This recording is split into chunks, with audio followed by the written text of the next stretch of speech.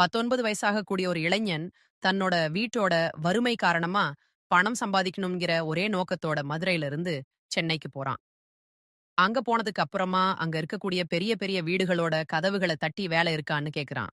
அப்படி இருக்கும்போது ஒரு நாள் 46 வயசாக கூடிய ஒரு பெண்மணி அவங்களோட பார்வை அந்த இளைஞன் மேல படுது. அந்த பெண்மணி அந்த இளைஞனை தன்னோட பக்கத்துல கூப்பிட்டு, "தம்பி உனக்கு என்னென்ன வேலையெல்லாம் செய்ய தெரியும்னு?" கேக்குறாங்க. அப்ப அந்த இளைஞன் சொல்றான், "மேடம் என்ன வேலை குடுத்தாலும் செய்வேன்னு" சொல்றான். உடனே அந்த பெண்மணி, "என்ன வேலை குடுத்தாலும் செய்வியா? நீ என்ன சொல்றன்னு?" சொல்லி கேட்கறாங்க. அதுக்கு அந்த இளைஞன், "இல்ல, மேடம் எல்லாமே செய்வேன். நீங்க என்ன சொன்னாலும் அந்த வேலைய செய்வேன்னு" சொல்லி சொல்றான். இப்ப அந்த பெண்மணி முதல்ல அந்த இளைஞன மேல இருந்து கீழ வரைக்கும் பாக்குறாங்க. பாத்துட்டு அந்த இளைஞனை தன்னோட வீட்டுக்கு வேலைக்கு சேர்த்துக்கிறாங்க. இப்போ அந்த இளைஞன் சென்னையில என்ன வேலை தேடிக்கிட்டு இருந்தானோ, அதே மாதிரியான வேலை அவனுக்கு கிடைச்சிருது. ஆனா, ஒரு நாள் அந்த பெண்மணி பயங்கரமான முகம் அந்த இளைஞனுக்கு தெரிய வருது. அத பார்த்த அந்த இளைஞன் நைட் 10 மணிக்கு ரொம்பவே பயந்து போறான். இப்படியெல்லாம் நடக்கும்னு சொல்லி அவன் கனவுல கூட நினைச்சிருக்க மாட்டான். உண்மையிலேயே இது ஒரு சுவாரஸ்யமான கதை. இந்த கதை சென்னையில ஆரம்பமாகுது. அங்க தேவா அப்படிங்கிற ஒரு பையன் இருந்தான். அவனுக்கு சுமார் ஒரு 19 வயசு இருக்கும். தேவா தான் வீட்டோட மூத்த பையனா இருந்தான்.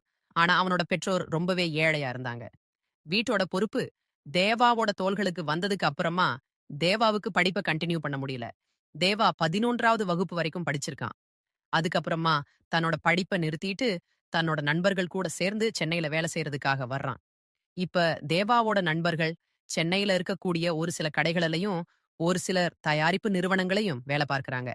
இந்த இடங்கள்ல வேலை பார்க்கிறது தேவாவுக்கு சுத்தமா பிடிக்கவே இல்ல. இப்ப தேவா 2 மாசங்கள் சென்னையில தன்னோட நண்பர்கள் கூட வேலை செய்யும்போது, அவனோட உடல்நிலை ரொம்பவே மோசமாகிறது.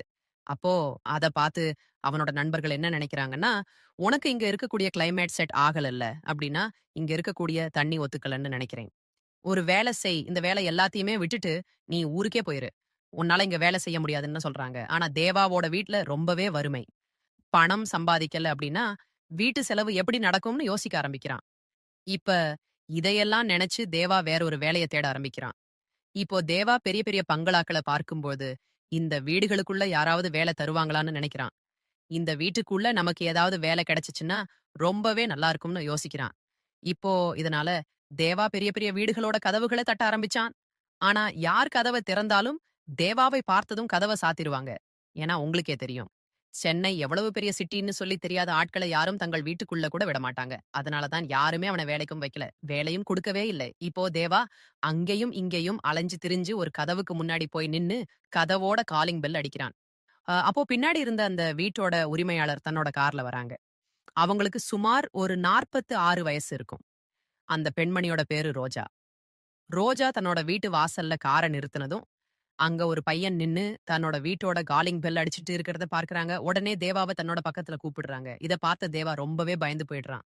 ஆனா, ரோஜா அவன்கிட்ட, "நீ யாரு? எதற்காக எங்க வீட்டு கதவ தட்டுறேன்னு?" கேக்குறாங்க.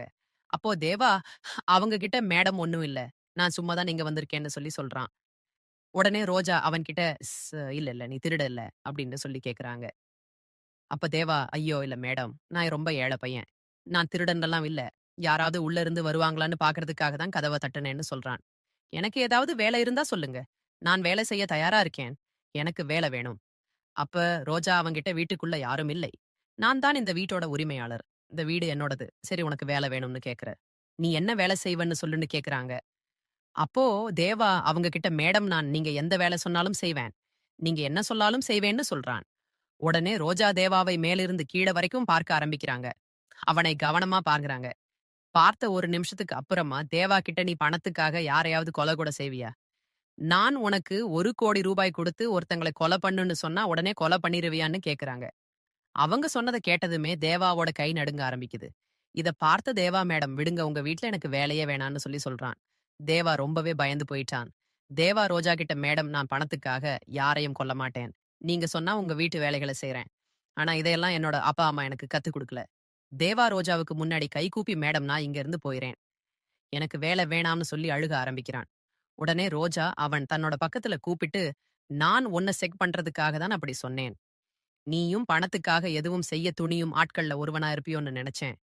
பரவால்ல, உன்னோட நடத்தை எனக்கு ரொம்பவே புடிச்சிருக்கு. நீ எங்க வீட்ல தங்கி வேலை செய்யலாம்.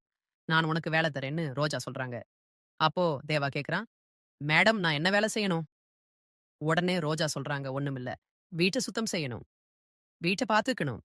வீட்டுக்குள்ளேயே நீ வேலை செய்யணும். சம்பளத்த பத்தி கவல வேணாம். நீ எவ்வளவு சம்பளம் கேட்டாலும் நான் உனக்கு குடுக்குறேன்னு" சொல்றாங்க. அப்போ தேவா சொல்றான், "மேடம் சரி நான் நாளைக்கு உங்க வீட்டுக்கு வர்றேன். என்னோட திங்ஸ் எல்லாத்தையுமே எடுத்துக்கிட்டு வரேன். நாளையிலிருந்து நான் வேலைய ஸ்டார்ட் பண்றேன்னு" சொல்றான். இதுக்கப்புறமா ரோஜா, "சரி நீ நாளைக்கே வேலைக்கு வான்னு" சொல்லிட்டு அவங்களோட கார எடுத்துக்கிட்டு வீட்டுக்குள்ள போறாங்க. இதுக்கப்புறமா தேவா என்ன பண்றான்னா, அங்க இருந்து கிளம்பி தன்னோட நண்பர்கள் தங்கி இருக்கக்கூடிய ரூமுக்கு வர்றான். ரூமுக்கு வந்ததும் அங்க இருக்கக்கூடிய தன்னோட நண்பர்கள் கிட்ட, "தம்பி எனக்கு ரொம்ப நல்ல இடத்துல வேலை கிடைச்சிருக்கு. வீட்லயே தங்கி வேலை பார்க்கிற வேலை. சாப்பாட்டுக்கு பிரச்சனை இல்ல. தங்குற இடத்துக்கும் பிரச்சனை இல்ல. நல்ல சம்பளம். நாளையிலிருந்து நான் அங்க தான் இருக்க போறேன்னு" சொல்றான்.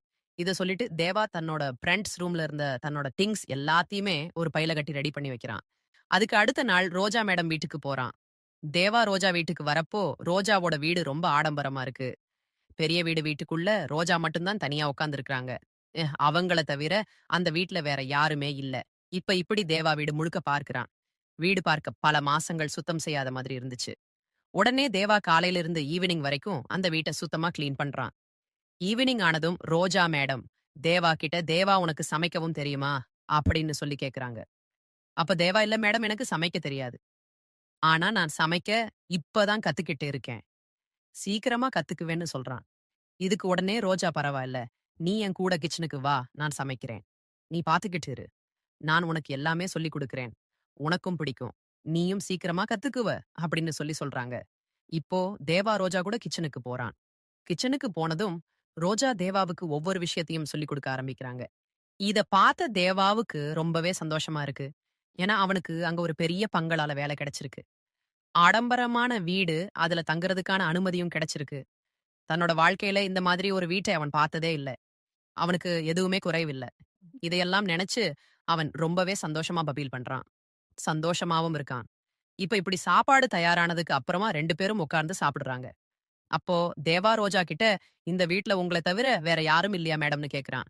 அதுக்கு ரோஜா இல்ல அப்படின்னு சொல்லி சொல்றாங்க. தேவா, "இந்த வீட்ல நான் மட்டும் தான் தனியா இருக்கேன். எனக்கு யாரும் இல்லைன்னு" சொல்றாங்க. அப்ப தேவா கேட்கிறான், "ஏன் மேடம்?"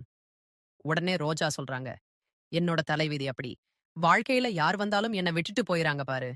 ஒரு நாள் நீயும் என்ன விட்டுட்டு போயிருவேன்னு" சொல்றாங்க. இப்ப இந்த வார்த்தைய கேட்டதும் தேவா கொஞ்சம் அதிர்ச்சி அடையறான். அதுக்கப்புறமா சொல்றான், "மேடம் நீங்க ஏன் இப்படி சொல்றீங்க?" உடனே ரோஜா அவன பார்த்து, "தேவா, எனக்கு ஒரு வியாதி இருக்கு. அந்த வியாதி அடிக்கடி நைட்ல வந்துரும். நான் ரொம்ப கஷ்டப்படுவேன். அதனால தான் என்னை பார்த்து எல்லாருமே பயந்து இந்த வீட்ட விட்டே ஓடி போயிடுறாங்க." இப்போ தேவா இத கேட்டதும் ரொம்பவே யோசனையில ஆழ்ந்துறான். என்ன வியாதி இது? ஏன் எல்லாரும் இவங்கள விட்டு ஓடி போறாங்கன்னு யோசிக்கிறான். ஆனா அவனுக்கு எதுவுமே பேசல. அதுக்கப்புறமா 2 பேரும் உட்கார்ந்து சாப்பிடுறாங்க. நைட் ஆனதும் ரோஜா தேவா கிட்ட, "நீ ஒரு வேலை செய். என்னோட கட்டிலுக்கு பக்கத்துல ஒரு கட்டில் போட்டு இங்கேயே படுத்துக்கோ. எனக்கு நல்லா இருக்கும்னு" சொல்லி சொல்றாங்க. உடனே தேவா சொல்றான், "மேடம், நான் உங்க ரூம்ல இப்படி படுத்தா என்ன பத்தி என்ன நினைப்பாங்க? உங்கள பத்தி என்ன நினைப்பாங்க?" உடனே ரோஜா சொல்றாங்க, "நம்ம வீட்டுக்குள்ள யாரும் இல்ல. யார் என்ன நினைக்க போறாங்க? சரி பரவால்ல. உனக்கு ஏன் கூட படுக்க பிடிக்கலனா, நீ பக்கத்து ரூம்ல படுத்துக்கோன்னு" சொல்றாங்க. இத சொல்லிட்டு ரோஜா தன்னோட படுக்கை அறையில படுத்துக்கிறாங்க. தேவா அவங்களோட படுக்கை அறைக்கு அடுத்து இருக்கக்கூடிய ரூம்ல போய் படுத்துக்கிறான். ஆனா, இப்போ தேவாவுக்கு நைட்ல வீட்ல தூக்கமே வரல. ஏன்னா, அவனுக்கு ரொம்பவே சந்தோஷமா இருந்துச்சு. இவ்வளவு பெரிய வீட்ல வேலை கிடைச்சிருக்கு. வேலையும் அதிகமா இல்ல. சுத்தம் செய்றது மட்டும் தான். சந்தோஷத்துல அவனுக்கு தூக்கமே வரல. அப்ப நைட் 12 மணி அலாரம் அடிக்குது. ரோஜா ரூம்ல இருந்து ஒரு வினோதமான, பயங்கரமான சத்தம் வர ஆரம்பிக்குது. உடனே தேவா எழும்பி உட்கார்ந்து ரோஜாவோட ரூம் பக்கம் போக ஆரம்பிக்கிறான். போக போக இன்னுமுமே சத்தம் அதிகமாகுது. அந்த சத்தங்கள் சாதாரண சத்தமா இல்ல. ரொம்பவே பயங்கரமான சத்தமா இருக்கு. இப்போ தேவா ரொம்பவே பயந்துட்டான். ஆனா, தைரியத்த வர வச்சுக்கிட்டு அங்கேயே நின்னுட்டான். ரோஜா மேடமோட ரூம் கதவ மெதுவா காலால தள்ளி திறக்க முயற்சி பண்றான்.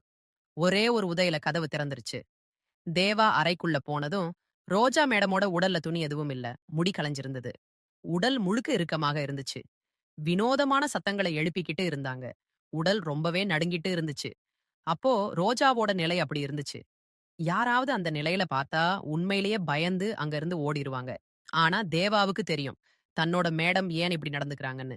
அதனால தேவா அந்த இடத்துல ரொம்பவே ஸ்ட்ராங்கா நிக்கிறான். அங்கிருந்து நகரவே இல்ல. ரோஜா அவன பார்த்துட்டு இருக்கிறாங்க.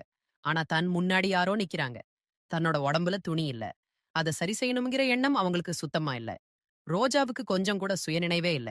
அவள ஏதோ ஆட்கொண்டிருக்கு. அப்ப ரோஜா சொல்றாங்க, "நீ யாரு? இங்க என்ன செய்ற?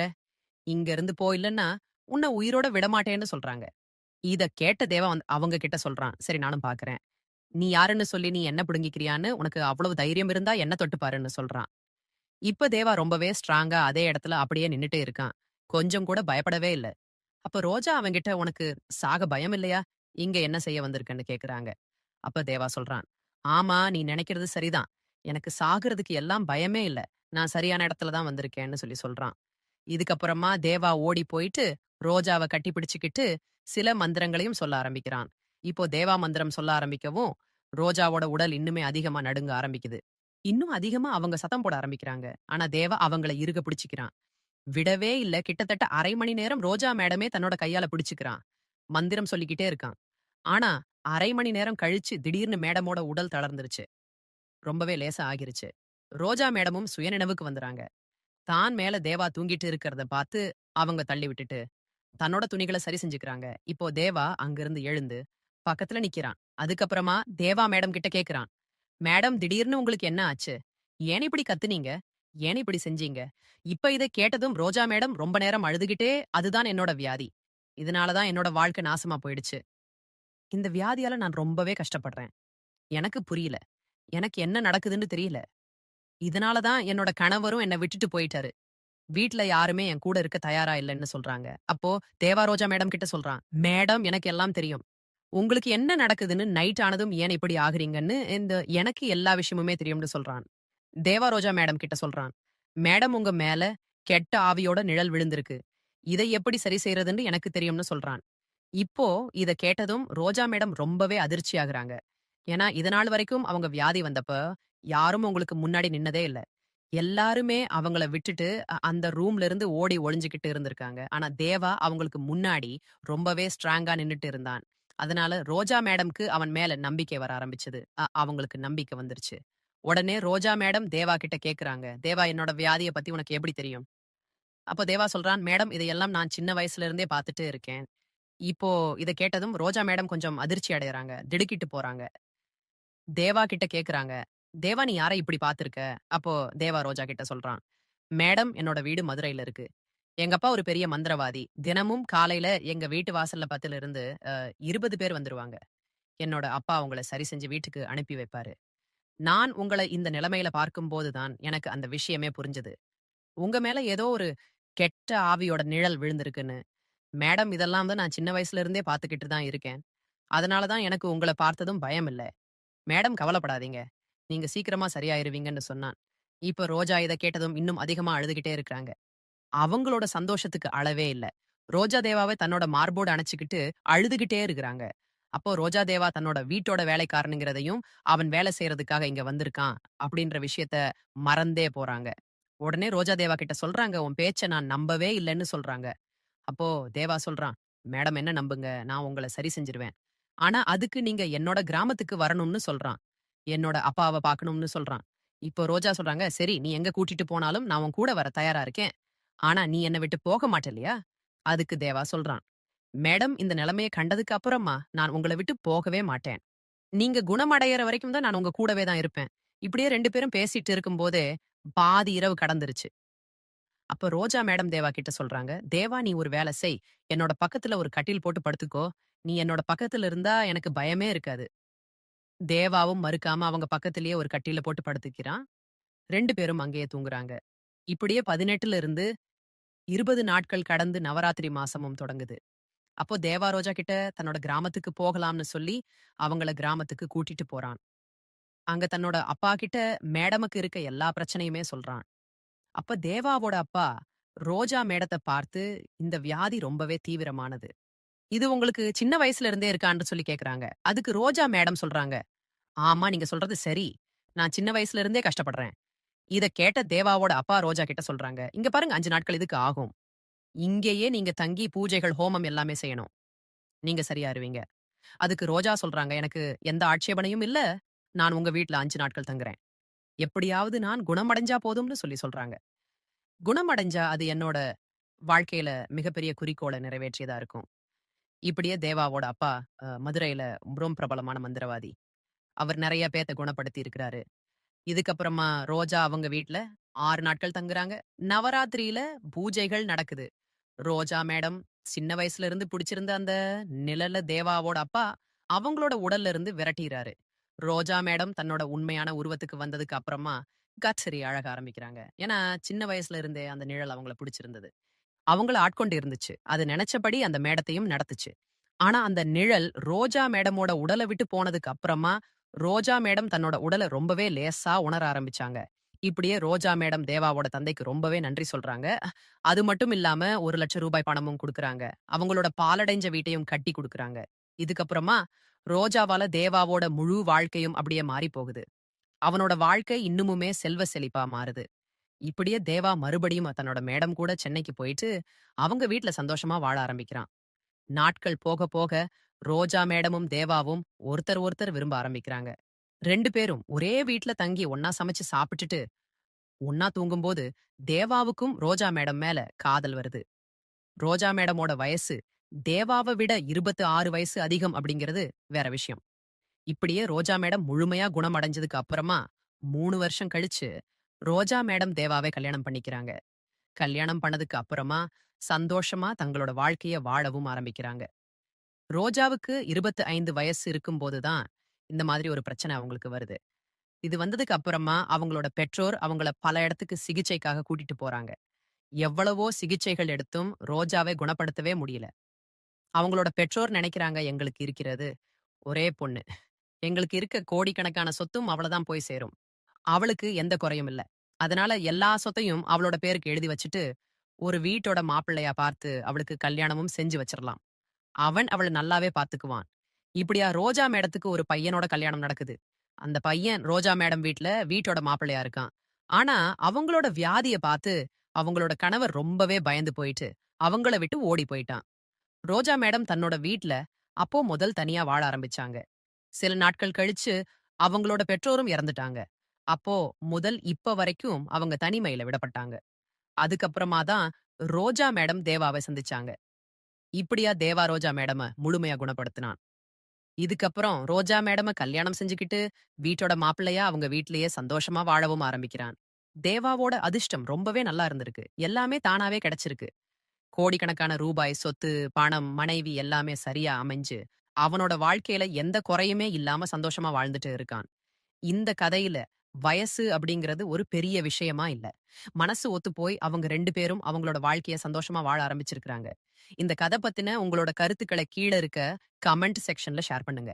மேலும் இது போன்ற சுவாரஸ்யமான கதைகள் பார்க்க பிடிக்கிறோம்னா, நம்ம சேனலை சப்ஸ்கிரைப் பண்ணிக்கோங்க. அடுத்து இன்னொரு இன்ட்ரெஸ்டிங்கான கதையில சந்திக்கலாம். நான் வேலை செய்ய தயாரா இருக்கேன். எனக்கு வேலை வேணும். அப்ப ரோஜா அவங்கிட்ட வீட்டுக்குள்ள யாரும் இல்லை. நான் தான் இந்த வீட்டோட உரிமையாளர். இந்த வீடு என்னோடது. சரி உனக்கு வேலை வேணும்னு கேக்குற. நீ என்ன வேலை செய்வன்னு சொல்லுன்னு கேக்குறாங்க. அப்போ தேவா அவங்க கிட்ட மேடம் நான் நீங்க எந்த வேலை சொன்னாலும் செய்வேன். நீங்க என்ன சொன்னாலும் செய்வேன்னு சொல்றான். உடனே ரோஜா தேவாவை மேலிருந்து கீழ வரைக்கும் பார்க்க ஆரம்பிக்கிறாங்க. அவனை கவனமா பார்க்கறாங்க. பார்த்த ஒரு நிமிஷத்துக்கு அப்புறமா தேவா கிட்ட நீ பணத்துக்காக யாரையாவது கொலை கூட செய்வியா? நான் உனக்கு 1,00,00,000 கொடுத்து ஒருத்தங்கள கொலை பண்ணுன்னு சொன்னா உடனே கொலை பண்ணிருவியான்னு கேக்குறாங்க. அவங்க சொன்னத கேட்டதுமே தேவாவோட கை நடுங்க ஆரம்பிக்குது. இத பார்த்த தேவா மேடம் விடுங்க உங்க வீட்ல எனக்கு வேலையே வேணான்னு சொல்லி சொல்றான். தேவா ரொம்பவே பயந்து போயிட்டான். தேவா ரோஜா கிட்ட மேடம் நான் பணத்துக்காக யாரையும் கொல்ல மாட்டேன். நீங்க சொன்னா உங்க வீட்டு வேலைகள செய்றேன். ஆனா இதையெல்லாம் என்னோட அப்பா அம்மா எனக்கு கத்துக் குடுக்கல. தேவா ரோஜாவுக்கு முன்னாடி கைகூப்பி மேடம் நான் இங்க இருந்து போயிறேன். எனக்கு வேலை வேணாம்னு சொல்லி அழுக ஆரம்பிக்கிறான். உடனே ரோஜா அவன் தன்னோட பக்கத்துல கூப்பிட்டு நான் உன்னை செக் பண்றதுக்காக தான் அப்படி சொன்னேன். நீயும் பணத்துக்காக எதுவும் செய்ய துணியும் ஆட்கள்ல ஒருவனா இருப்பியோன்னு நினைச்சேன். பரவாயில்ல உன்னோட நடத்தை எனக்கு ரொம்பவே பிடிச்சிருக்கு. நீ எங்க வீட்ல தங்கி வேலை செய்யலாம். நான் உனக்கு வேலை தரேன்னு ரோஜா சொல்றாங்க. அப்போ தேவா கேக்குறான், மேடம் நான் என்ன வேலை செய்யணும்? உடனே ரோஜா சொல்றாங்க ஒண்ணுமில்ல. வீட்டை சுத்தம் செய்யணும். வீட்டை பாத்துக்கணும். வீட்டுக்குள்ளேயே நீ வேலை செய்யணும். சம்பளத்தை பத்தி கவலை வேணாம். நீ எவ்வளவு சம்பளம் கேட்டாலும் நான் உனக்கு குடுக்கறேன்னு சொல்றாங்க. அப்போ தேவா சொல்றான், மேடம் சரி நான் நாளைக்கு உங்க வீட்டுக்கு வர்றேன். என்னோட திங்ஸ் எல்லாத்தையுமே எடுத்துக்கிட்டு வரேன். நாளையிலிருந்து நான் வேலைய ஸ்டார்ட் பண்றேன்னு சொல்றான். இதுக்கப்புறமா ரோஜா, சரி நீ நாளைக்கே வேலைக்கு வான்னு சொல்லிட்டு அவங்களோட காரை எடுத்துக்கிட்டு வீட்டுக்குள்ள போறாங்க. இதுக்கப்புறமா தேவா என்ன பண்றான்னா, அங்க இருந்து கிளம்பி தன்னோட நண்பர்கள் தங்கி இருக்கக்கூடிய ரூமுக்கு வர்றான்.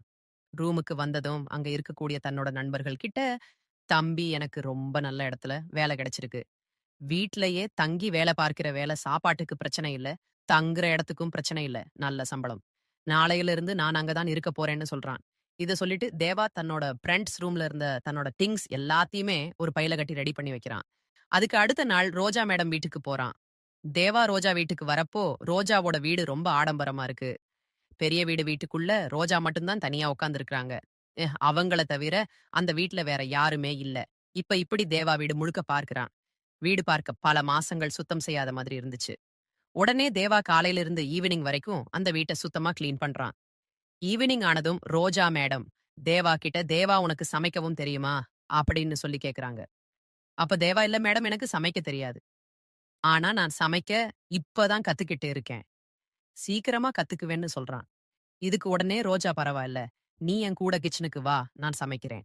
நீ பாத்துக்கிட்டு இரு. நான் உனக்கு எல்லாமே சொல்லிக் குடுக்கிறேன். உனக்கும் பிடிக்கும். நீயும் சீக்கிரமா கத்துக்குவ அப்படின்னு சொல்லி சொல்றாங்க. இப்போ தேவா ரோஜா கூட கிச்சனுக்கு போறான். கிச்சனுக்கு